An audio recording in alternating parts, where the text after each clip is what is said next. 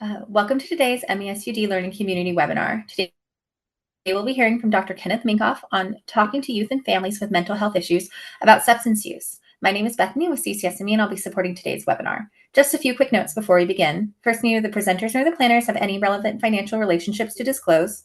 This activity has been planned and implemented in accordance with the accreditation requirements and policies of the ACCME through a joint providership of the Hanley Center for Health Leadership and Education and CCSME. The Hanley Center is accredited by the MMA Committee on Continuing Medical Education and Accreditation to provide CME for physicians. The Hanley Center has designated this activity for 1 AMA PRA Category 1 credit. The opinions expressed by the speaker in this webinar are their own and do not represent this position of the state of Maine or CCSME. Recording and live stream transmission of this webinar without consent is not permitted. And now I'd like to give a quick introduction to our speaker today. Dr. Kenneth Minkoff is Vice President and Chief Operating Officer at Zia Partners, Inc., a behavioral health system consultation firm in Tucson, Arizona. He is board certified as an addiction psychiatrist, and Dr. Minkoff has been recognized as a national and international leader in strategic development, driven managed behavioral healthcare systems and integrated services and systems for complex populations for over 25 years. Through the development of the comprehensive continuous integrated system of care approach, initially developed in the 1990s as a system design model for implementing integrated services for individuals with co-occurring mental illness and SUD. And with that, I will hand it off to Dr. Minkoff for our presentation. Thank you all for being here today.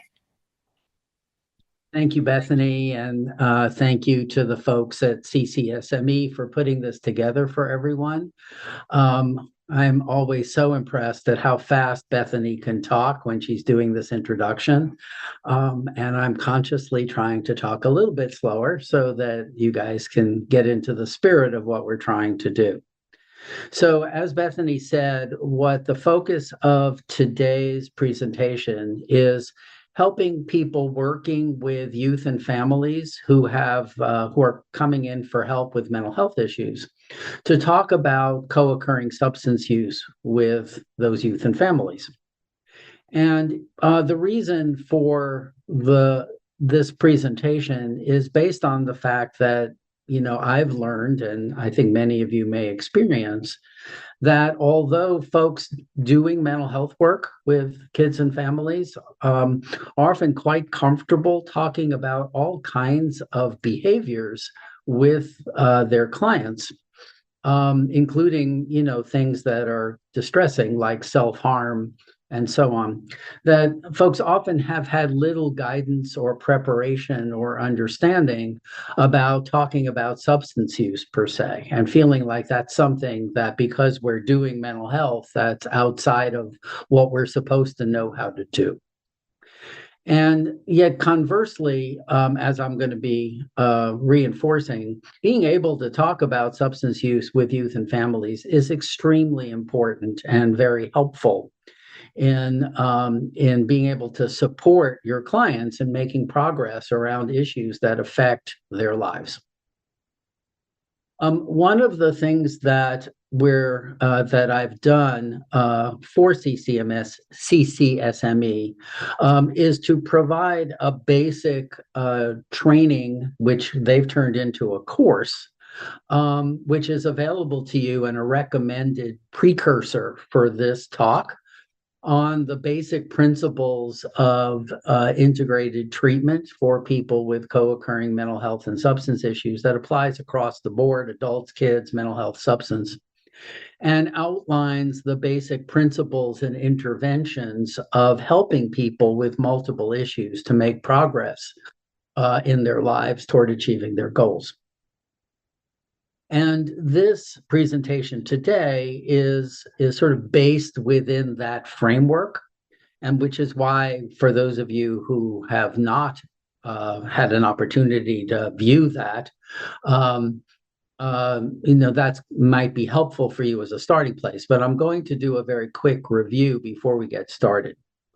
Now, again, in addition to the slides for this presentation that Bethany will be providing for you afterwards, we're also going to be sharing a number of other materials, including some substance screening tools that are applicable for youth and families, some summaries of some of the basic principles that I go over in the talk that I just mentioned, as well as a link for you to access that presentation and that course and the slides for that course, all of which are available to you.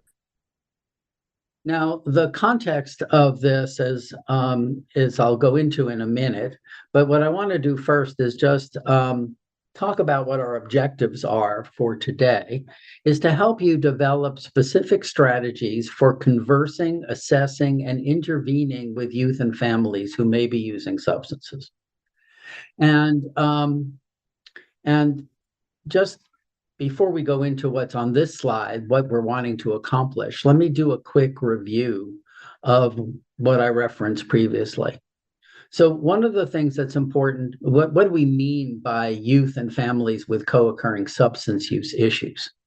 So we're talking about any person of any age with any combination of any mental health issue, including trauma, and any substance or addictive issue, whether or not they've already been diagnosed.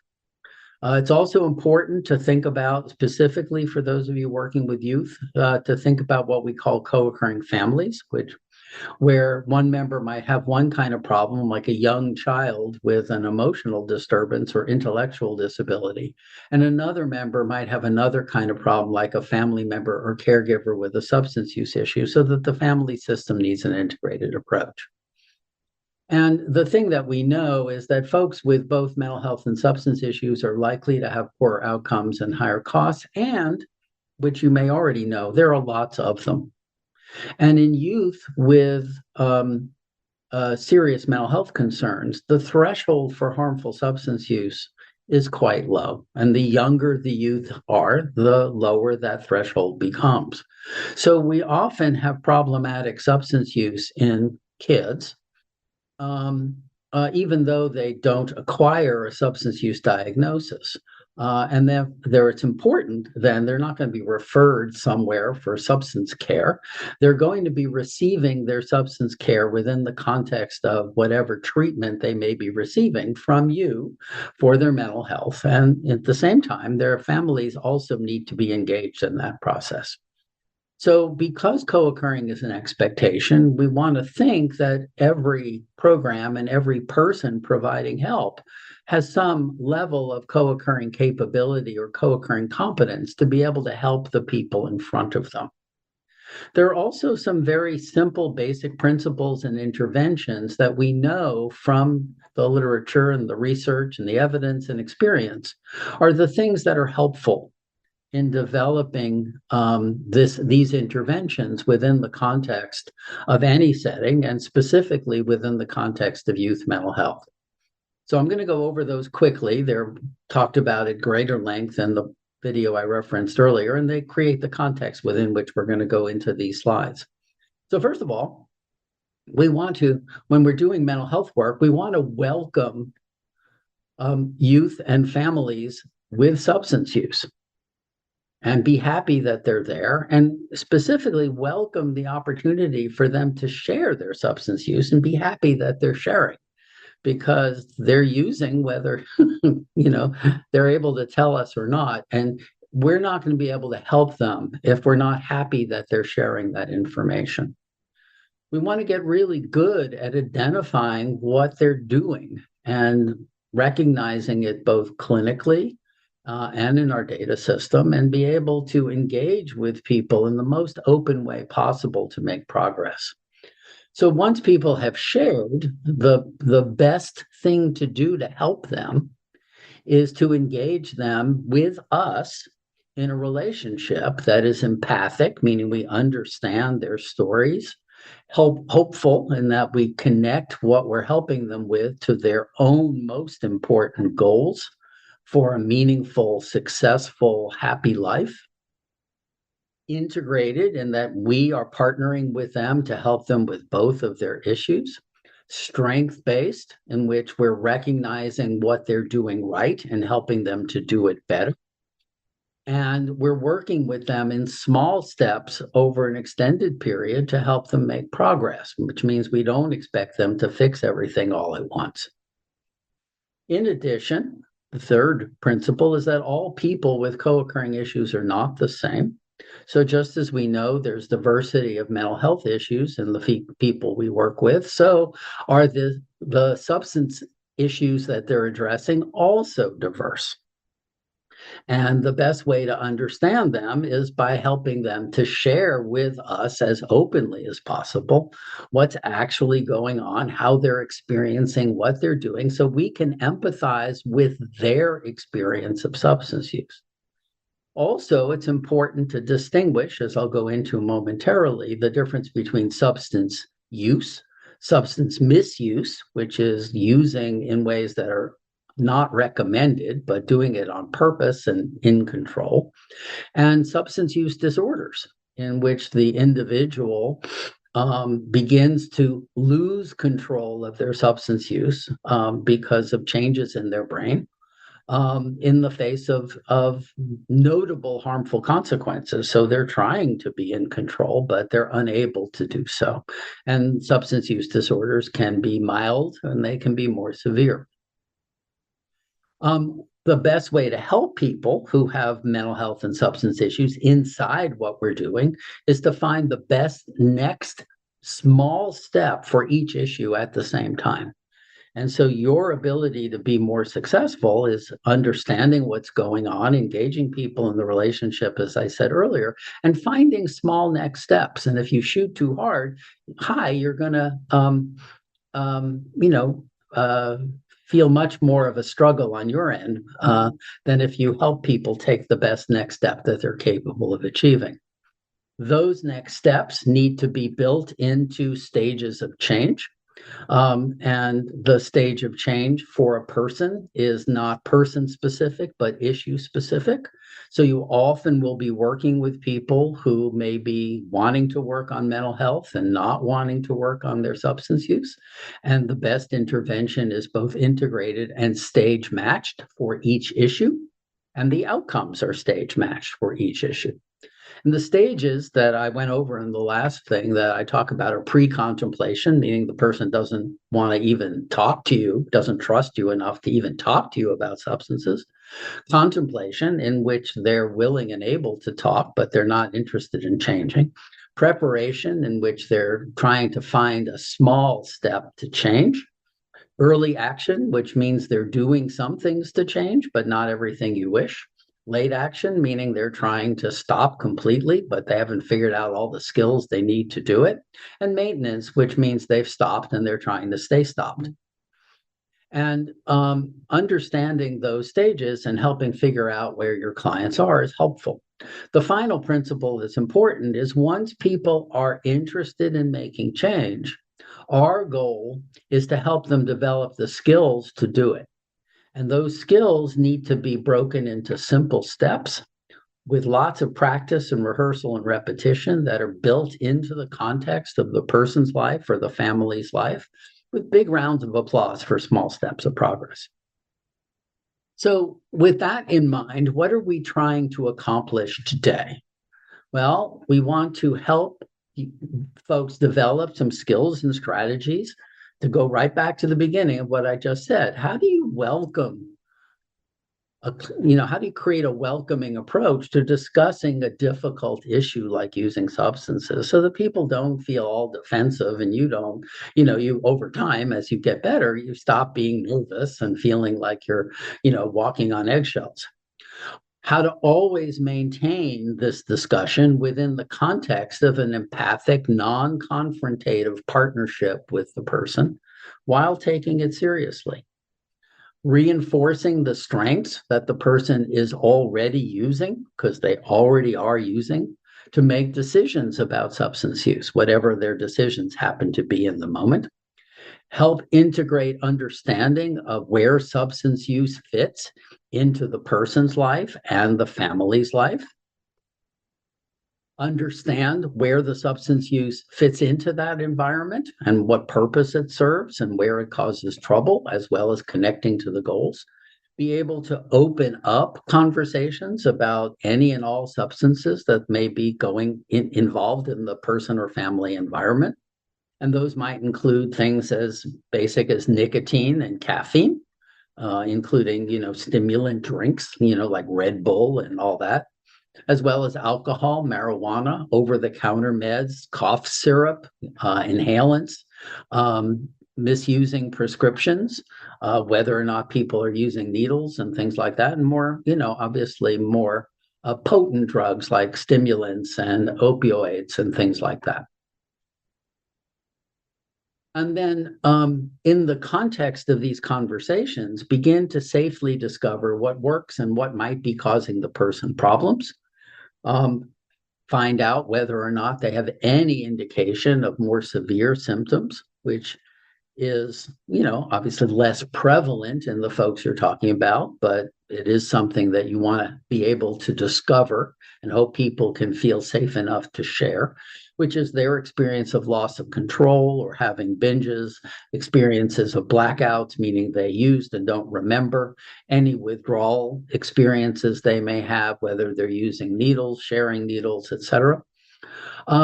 You also want to identify stage of change for each substance, applaud all positive effort, figure out any stage match next baby steps for that person, and provide a round of applause for each step forward. So that creates the context of the conversation. Now, let's just start with a starting place.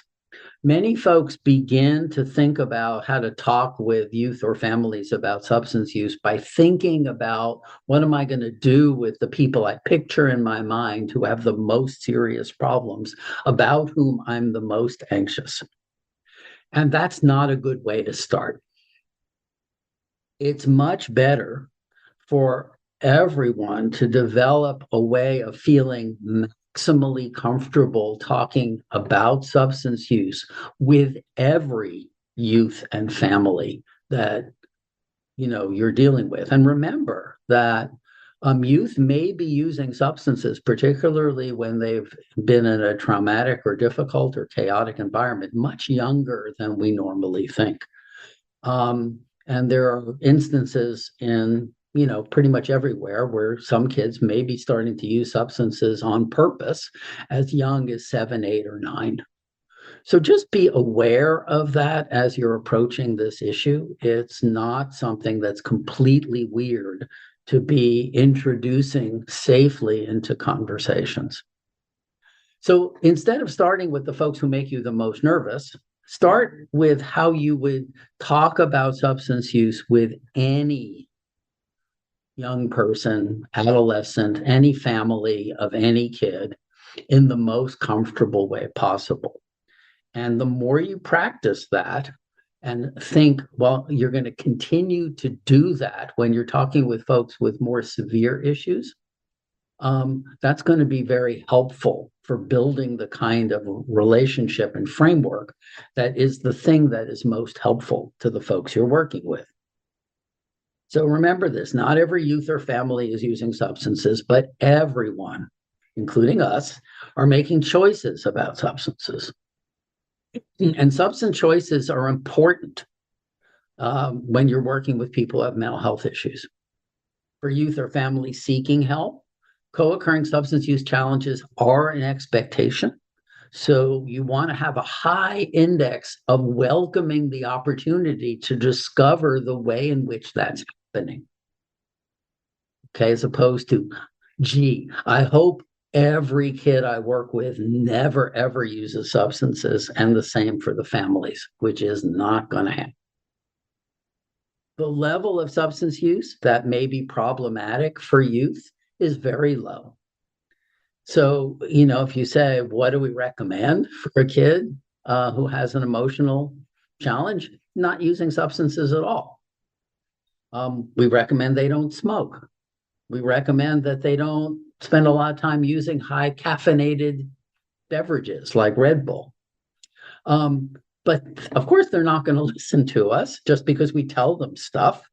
Just as we know as good clinicians, the way we help people to make any change is by creating a great relationship and helping people think through what to do differently in a way that's matched to who they are and what they want, and help them make those small steps of progress.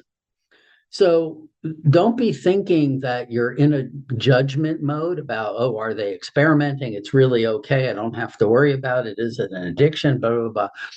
No, just start with everyone's making choices. It's highly likely there are issues. I want to discover them at the lowest possible threshold, figure out how to join with the person and help them make progress. So let's talk a little bit about how we might begin. Okay. And in the spirit of what I was saying earlier, let's consider that we're talking with someone, we're doing an assessment. Let's say we're just getting to know someone, and we're talking with a kid now.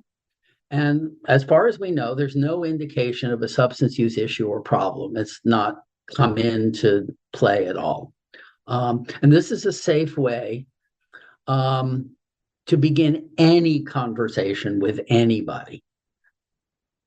Now, the opening section here in the quote says, now that I understand your most hopeful goals and what you most want help with, I would like to understand how your life has been going in the past few weeks or months. One of the things, so, what this is assuming, okay, which I understand it may not be an accurate assumption, is that as you're assessing the youth that you're working with, that you're engaging them in a conversation about their life.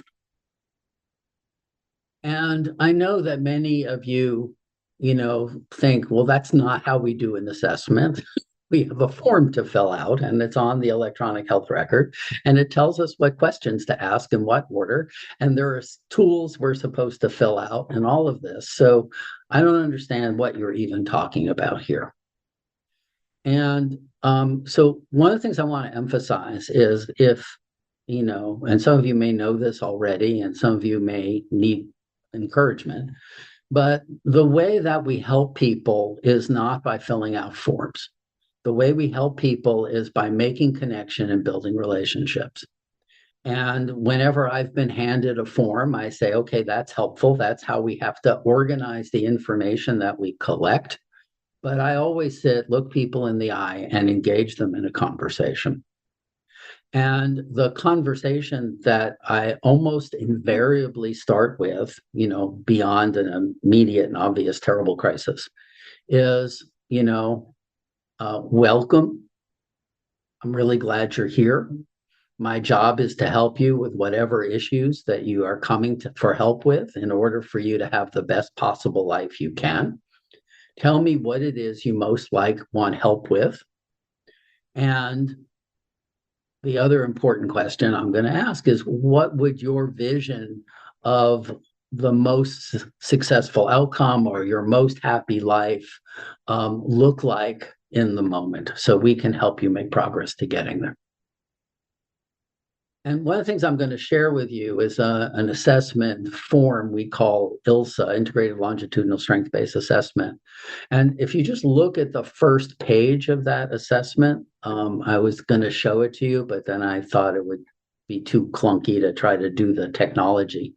It just illustrates that, just that first page.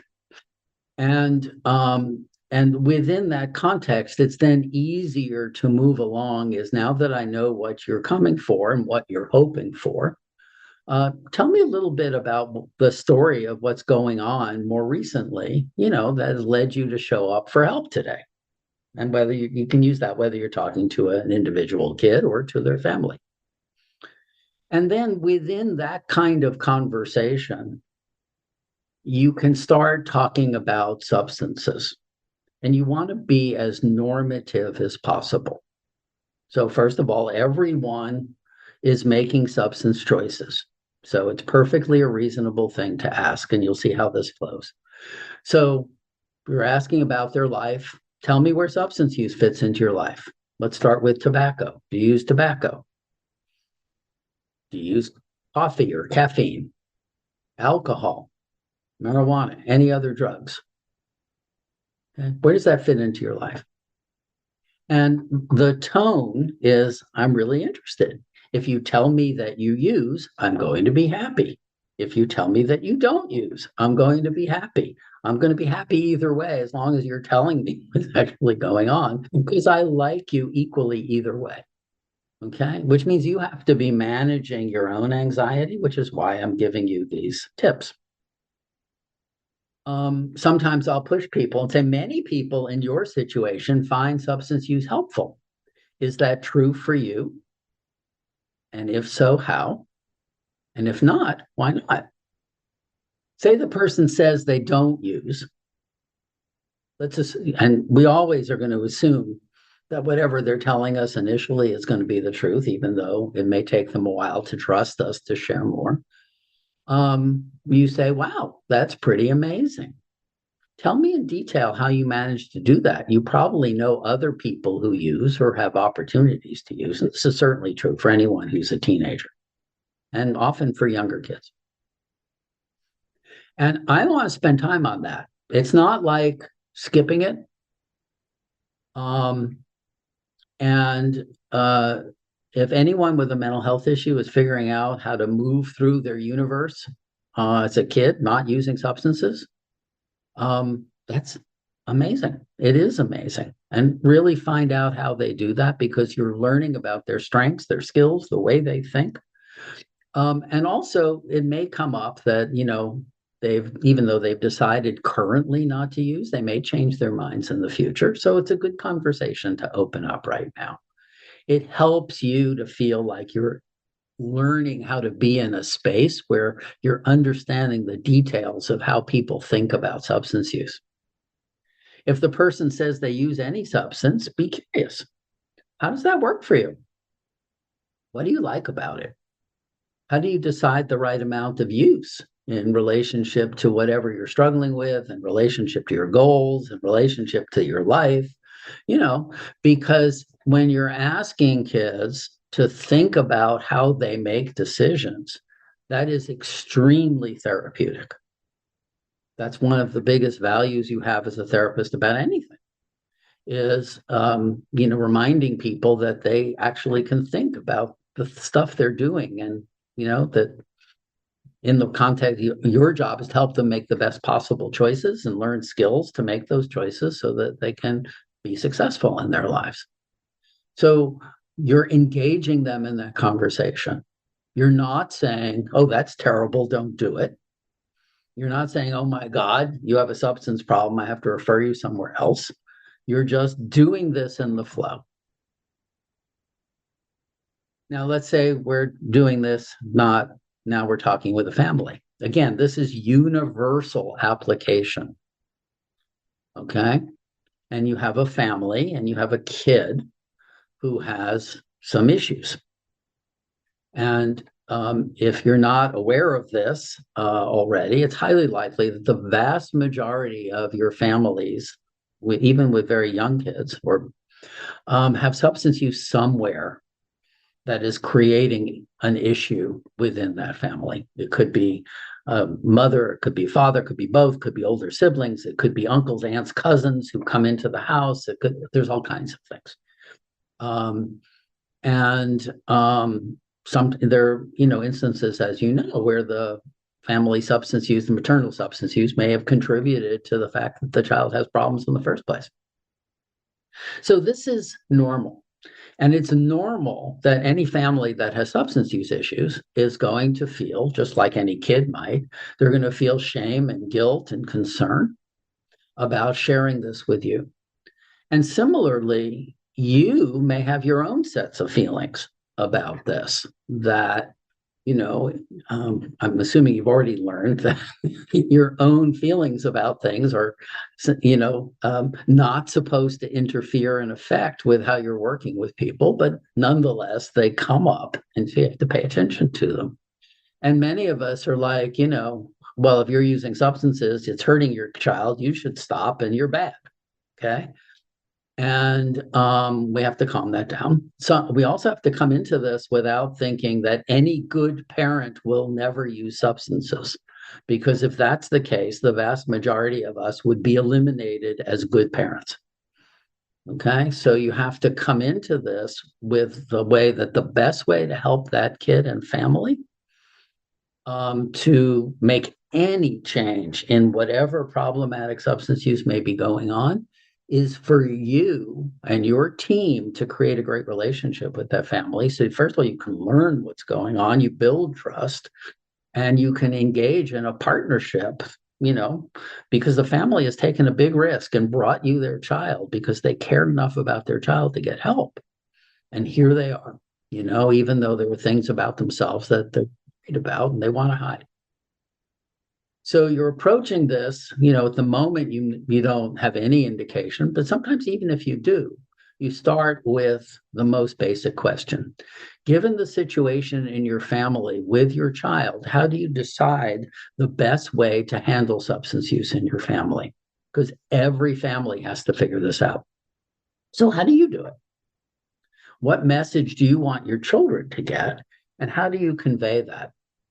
Now, maybe they've never thought about this, but it's a question that is very supportive of you working in partnership with the family to open up the idea that substance use decisions are things that, it's okay to talk about because you're not going to jump all over them. You're simply going to be curious about how they think. Okay.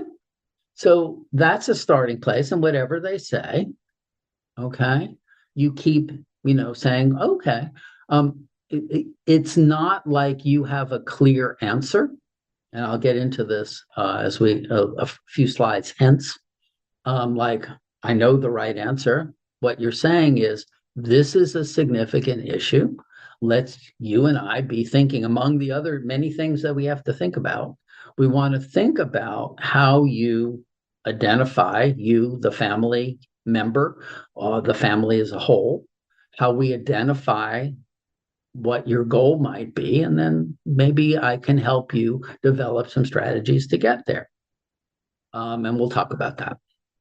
Now, let's say that you're starting this conversation in a slightly different place because it's clear that someone else has identified substance use as an issue for the youth or for the family. It is best to wait to see if the client brings it up first, but if not, you can introduce the topic, okay? And even before you do, you have the option of starting with scenario one, where you can move into this. If all else fails, you can always start with scenario one, but there are times when it's pretty clear that they're aware that someone has told you stuff, in which case it's a little disingenuous to start with scenario one. So that's why I'm presenting scenario two. Someone has shared, and let's say you're talking with a kid who they know the reason they've been brought to you is partly because, maybe they have ADHD or something, and they were also, they were caught smoking marijuana, or it came through the school or whatever, has shared that they think substance use is an issue for you. I'm really interested in your point of view. Tell me where substance use fits into your life and into helping you achieve your goals. Tell me why someone might think you have a problem. Do you agree? If you don't agree, what do you think could happen to ease their mind? So you're immediately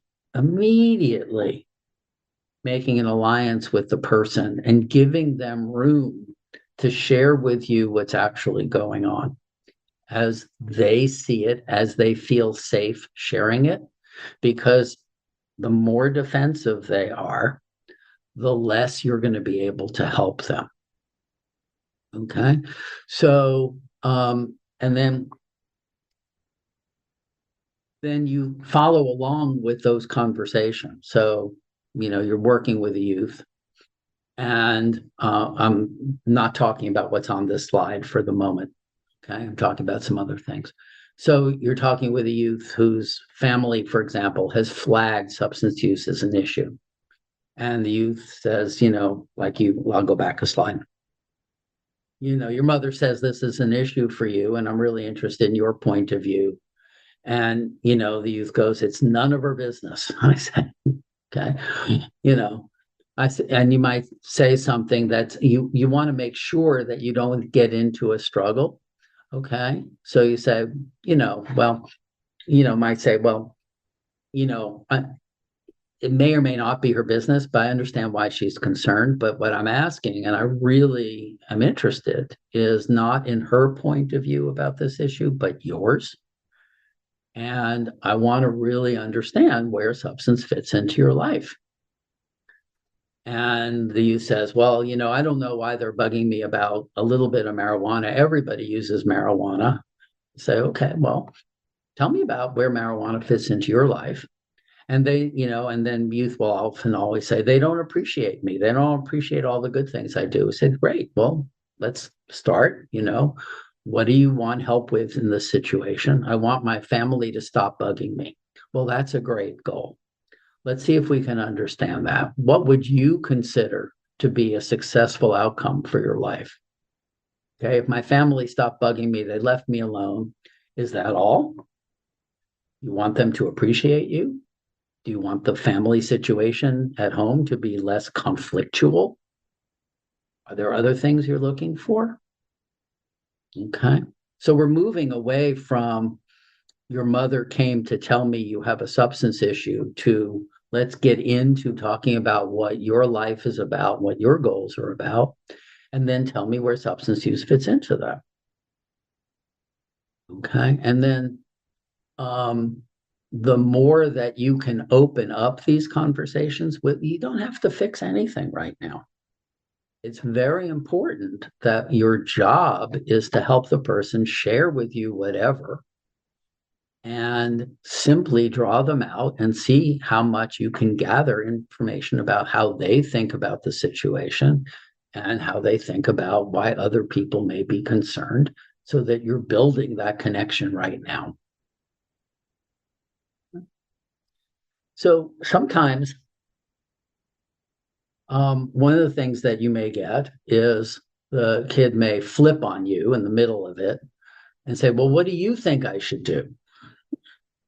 And the answer, obviously you're going to tell them no, you don't think they should use substances at all. But part of the reason I have this slide in here is part of the things to practice. And all of these things take practice so that you can do them fluidly. Your main goal is to build trust and reduce defensiveness. So you're engaged in an empathic, hopeful partnership in which you're helping the person use their strengths to make progress toward their goals.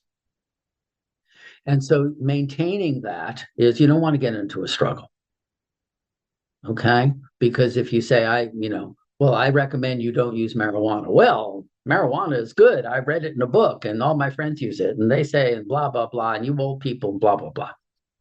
And so the speech with variations is, well, in general, if you're really asking, I recommend that kids don't use substances at all, period. People have fragile brains when you're growing, and substance use is probably not helpful, especially kids who are struggling with the kind of issues you're struggling with. But it's not my job to tell you what to do. I mean, you can totally ignore my recommendations, okay? And I'm still going to like you. My job is to help you figure out the best set of choices for yourself in order for you to have the best life you possibly can. And that's why we're here. So you've both been clear about what your recommendation is, but you've immediately distanced yourself from the struggle. And if they keep coming after you, well, why do you think substances are bad? I know they're good. I said, one of the things we can do is we can do the research on this if you want to, but I'm not trying to persuade you of anything. I simply want to help you make the very best choices that you can.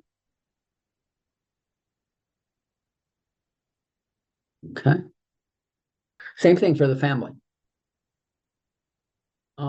Family says, what do you recommend we do about substance use? He said, there's no right answer. Every family has to make up its own mind about the best way to handle substance use and other things.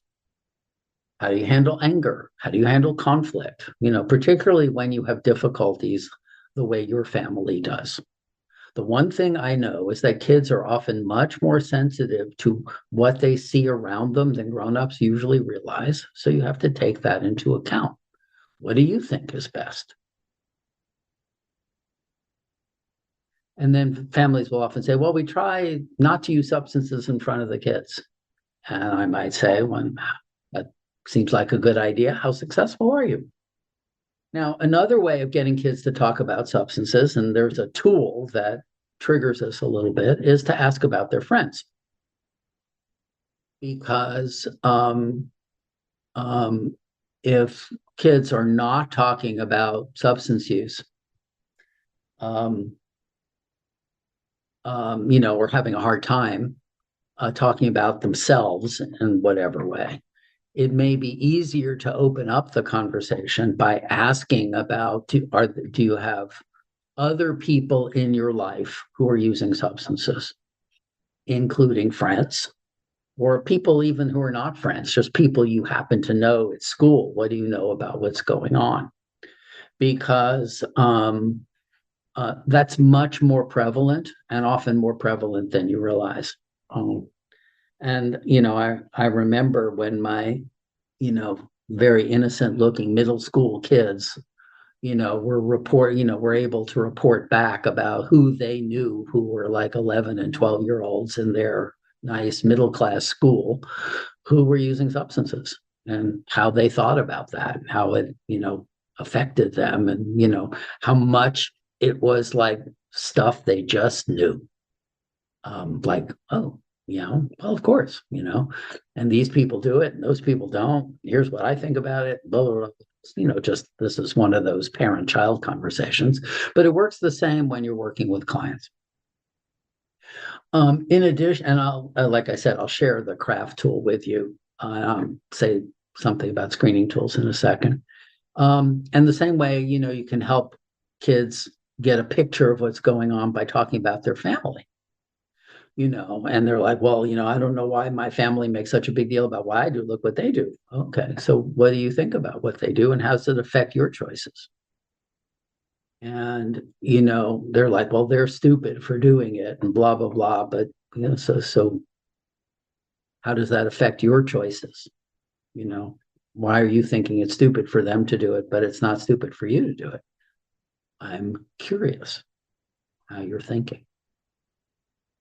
And you're wanting to maintain that partnership, and often you can open up those conversations, and when the person is making good decisions, continue to reward their strengths, even as you're hearing about, well, I don't want to be like them. Great, I got it.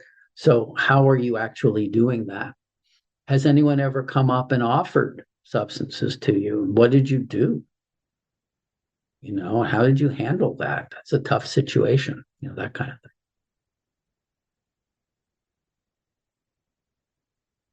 thing. Now, part of once you've opened up the conversation, it's really helpful to try to get the story. Okay. And this is a place I know where it's easy to feel anxious, and the anxiety comes from, oh my God, they're telling me something. I don't fully understand it. I don't know how big a deal this is. I don't know anything about it. And, and then, and you start to feel like, oh, maybe you're going to say the wrong thing, or you get nervous and shut down. And so part of what I've trained myself to do is, when I'm feeling that way, like I don't really understand what's going on, I try to ask more questions and elicit more details. And the details are not often the way that people structure the kinds of things you're supposed to ask on a form kind of get in the way of what I think are helpful ways to extract those details. So, forms will sometimes ask you, how many days in the last month did you use alcohol? Like somebody keeps track. I mean, these are things that are just, to me, very annoying questions, and I try not to ask them.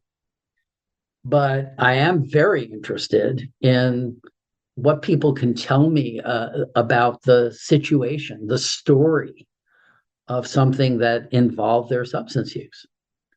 So, you've opened up the conversation, and they're sharing that they use alcohol here and there, and this is what they do. And I'm like, okay, and here's how it's helped me. It helps me relax in a party. I said, oh, wow, tell me about that. Like, tell me about the party that you were at the last time this happened, and where alcohol fit in. Just, give me as much detail as you can, because I really want to understand how this works for you and how you experienced it.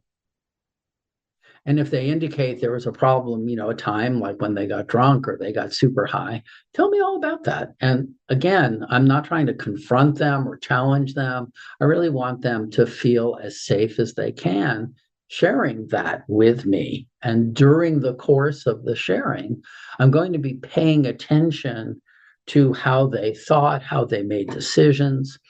If they were doing something that was inherently unsafe, how did they protect themselves? How did they make sure they survived? So I can find, even within the context of doing something that I wouldn't want them to do, to find the strength that allowed them to come through the other side in some way successful. So they don't feel like they're under attack, because I know they already feel that way. And so I'm working hard to not make them feel under attack. That doesn't mean I'm saying, oh, wow, you got drunk. Great. I'm saying, oh, okay, I understand how you got into that and how you used that. And then how did you get home afterwards? Once you started feeling a little, high, and how did you decide to stop? You know, all that. So moving through this, as you're obtaining the story, you're maintaining a high index of suspicion for whether or not there are more serious problems. So first of all, as I indicated, for youth who have emotional issues, any use, that is persistent, more than occasional random kind of things, um, is is likely to be problematic and therefore labeled misuse, even if the person is just doing it purposefully. They're not losing control. They're not having any immediate or obvious harmful consequences. I mean, if you have a kid who's got a significant emotional issue, they're medicated for ADHD or depression, or they're dealing with anxiety, and they're using substances to help them, in general, this is going, even a small amount of regular substance use is going to, have an effect on a developing and vulnerable brain that's not helpful.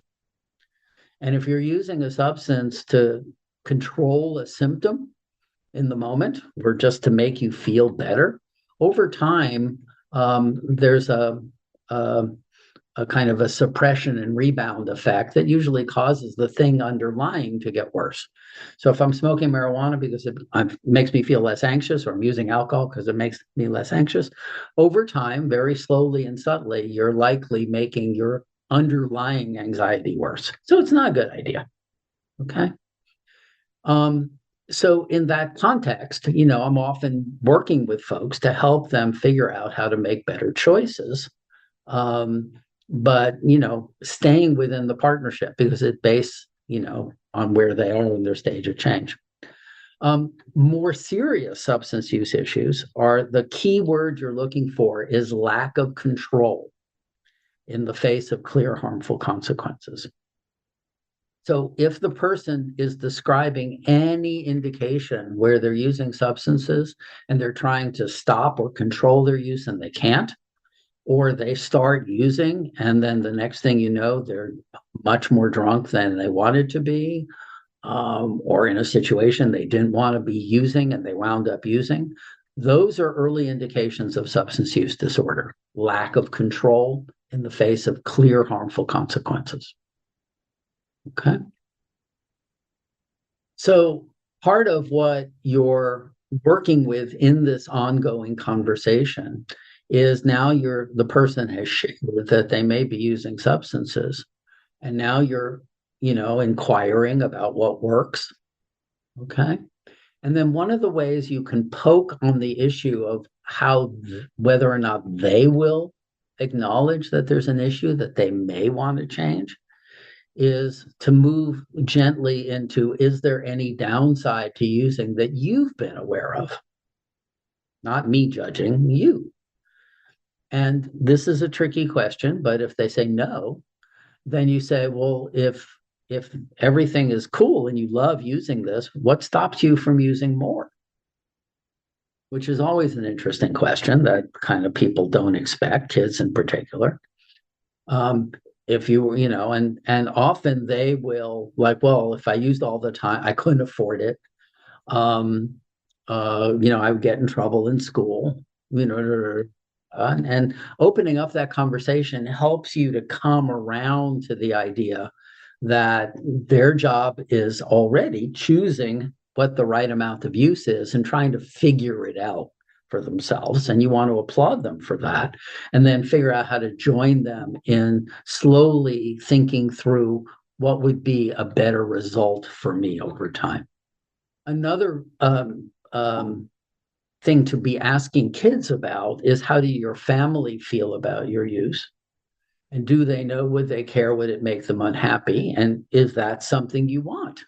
Do you want them to be unhappy? And so in the example I was giving earlier, very often when the family is bringing in the kids for substance use, the kid's substance use is, kind of a way of expressing dissatisfaction with what's going on in the family and the way they're being treated. And there's often that interesting dynamic where, everybody is busy poking on each other and not stopping to appreciate each other. And it's very often to help them get out of the attack mode into the, let's figure out what we love and care about each other and try to recognize the things we're doing well and help each of us to do more of them together. So, if the family is more appreciative, I'll stop, driving you nuts by smoking marijuana under your nose. Another approach, do you feel that you're using just the right amount of substance X? If yes, how do you manage that? If not, do you think you should use more or less? And do you have a plan for moving in that right direction? Then for those folks where there's an indication, that's what it means when it says if appropriate. If they're using significantly, then you should ask directly, are there times when you've gotten very, very intoxicated, drunk, high, in a way that other people were concerned, or you were concerned, or you felt out of control, or someone had to intervene? Were there any times when you started to use in a limited way and then you wound up using more than you wanted to? Were there times when you did something that you thought was a binge? Were there times when you got high and then you couldn't remember what happened afterwards? And again, by this time, hopefully you will have established enough of a sense of trust that the person can share this with you. And you don't have to do all this in one session. You're not going to get all of this information right away. But again, you're like, if you discover that these are happening, don't come at it from the judgment perspective. Join with the person. How do you feel about that? Are you worried? And if not, why not? I mean, you deserve to be worried because this is you we're talking about. And, it's scary stuff. And what do you want to do about that? And people often say, well, I never intended to get drunk. And if they say that, I say, I know, well, that's the kind of thing that worries me more. Because if you went out and got drunk and you planned it, I mean, that may or may not be a good choice for you, but at least we know you planned it. But if you never intended to and you wound up having that happen anyway, if that were me, if I were in your shoes, that would scare the shit out of me. Because I'm like, oh my God, I don't know what's going to happen. And that's something that sometimes happens when people are using substances, and it's scary. So what do you think about it? Now, one of the questions you may get when you're going down this path of deciding the right amount is, sometimes people will say, well, what if I just want to get high all the time? And it's good to have a practiced response for that as well, because I would say, well, that makes me pretty sad. What is it about your life that leaves you feeling that the only way you can feel good is to be in a mind-altering space? And it makes me sad that you feel like there's no hope to change. And when, and my job is to help you figure out how to make progress in that direction. so that your life isn't so sucky that the only thing you can do is to figure out how to get high for a few hours to get away from it.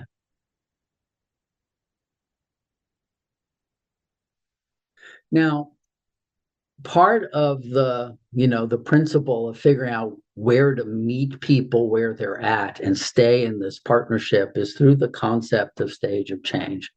So I'll just go through this quickly, but assessing for stage of change, again, is not about using a tool. It's being in the partnership with the client or the family and finding out where they are. So first of all of the stuff I'm doing is designed not to push people into being pre-contemplative, because my goal at the very least is that people can talk to me about their substance use, even if they have no plan to change, which automatically puts them in contemplation. And if we can agree that there's something about their use that they want to fix, it's not the right amount of use for them and their goals, and they're thinking, I want to make a change, even if that change is tiny, they move into the preparation stage. And my job is to help them figure out how to make that tiny change. I'm not going to use in this situation. I'm going to postpone my use to that situation. I'm going to avoid using that particular substance. And then we're going to get right into the details of when those opportunities arise and what they might do differently.